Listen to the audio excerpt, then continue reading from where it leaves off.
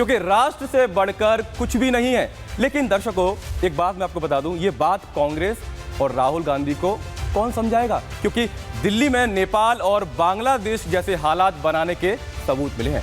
जैन आंदोलन आपको याद होगा, नेपाल और बांग्लादेश में हुआ था और कुछ वैसी तैयारी दिल्ली में भी हो रही थी। वहीं स्वामी अविमुक्तेश्वरानंद के शिविर में भी कुछ ऐसा हुआ है कि लग रहा है भगवा चोला पहनने वाले अविमुक्तेश्वरानंद के लिए भी ये राष्ट्र, मेरा और आपका राष्ट्र, सर्वोपरि नहीं है। स्वामी अविमुक्तेश्वरानंद और उनके शिष्य स्वामी मुकुंदानंद गिरी के खिलाफ FIR के आदेश दिए गए। और ये कोई छोटा मोटा मामला नहीं है दर्शकों, ये आरोप इतने संगीन हैं। और आरोप क्या है ये भी समझ लीजिए, नाबालिगों के साथ यौन शोषण के आरोप हैं अविमुक्तेश्वरानंद और उनके शिष्य पर। और इसीलिए राष्ट्र आज पूछता है, महाराज क्या आपके लिए ये राष्ट्र सर्वोपरि नहीं है? क्योंकि ये दाग सिर्फ आपके और आपके शिष्य के दामन पर नहीं लग रहे हैं, ये उस भगवा चोले पर भी लग रहे हैं जिसे पहनकर आप समाज में इतराते घूमते हैं।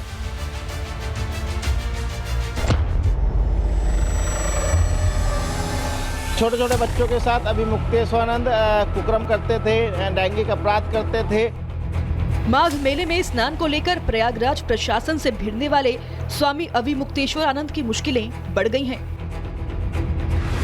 प्रयागराज के ADJ rape and POCSO special court ने स्वामी अविमुक्तेश्वरानंद सरस्वती और उनके शिष्य स्वामी मुकुंदानंद गिरी के खिलाफ FIR दर्ज करने का आदेश दिया है। पॉक्सो कोर्ट ने पुलिस को मुकदमा दर्ज कर विवेचना करने के निर्देश दिए हैं। अविमुक्तेश्वरानंद और मुकुंदानंद गिरी पर अब प्रयागराज के झूसी थाने में FIR दर्ज की जाएगी।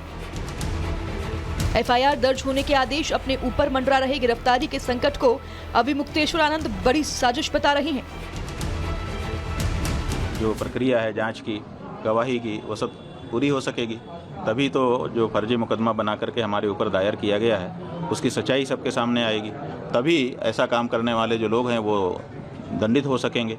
तो इसलिए आवश्यक है, हम यही कहना चाहेंगे कि न्यायालय लंबा समय न लगाते हुए इस पर थोड़ी सी द्रुत गति से काम करे, क्योंकि बहुत सारे लोगों की निगाह इस पर लगी रहेगी।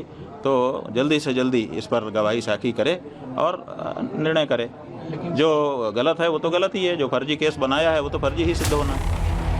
दरअसल पूरे विवाद की शुरुआत 5 फरवरी 2026 से हुई थी। रामभद्राचार्य के शिष्य आशुतोष ब्रह्मचारी ने प्रयागराज की स्पेशल पॉक्सो कोर्ट में अर्जी दाखिल कर अविमुक्तेश्वरानंद पर नाबालिग बच्चों के यौन शोषण के गंभीर आरोप लगाए थे, जिसके बाद कोर्ट ने आरोपों की गंभीरता को देखते हुए पुलिस को जांच और रिपोर्ट पेश करने का निर्देश दिया। 13 फरवरी को पीड़ित बच्चों के बयान दर्ज कर लिए गए।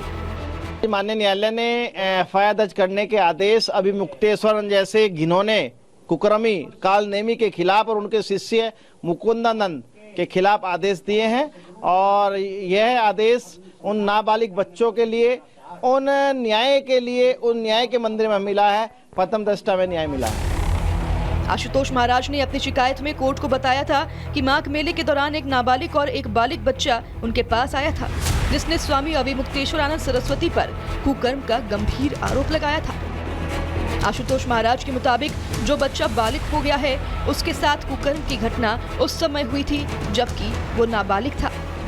महाराज के द्वारा प्रस्तुत किए गए प्रार्थना पत्र के साथ में और संदर्भ में जितने भी साक्ष्य प्रस्तुत किए गए थे न्यायालय पटल पर, उस पर माननीय पॉक्सो जज विनोद चौरसिया जी ने उसका सम्यक गहन अवलोकन एवं परिशीलन किया। थाना झूसी के थाना प्रभारी को आदेशित किया गया है कि आप प्रथम सूचना रिपोर्ट दर्ज करते हुए कहा कि विवेचना सुनिश्चित करते हुए न्यायालय को अवगत कराएं। रामभद्राचार्य के शिष्य आशुतोष ब्रह्मचारी ने यौन शोषण से जुड़े सबूत भी प्रयागराज पॉक्सो कोर्ट में दाखिल किए थे, जिसके बाद कोर्ट ने FIR दर्ज करने के आदेश दिए हैं। Bureau report, Republic Bharat.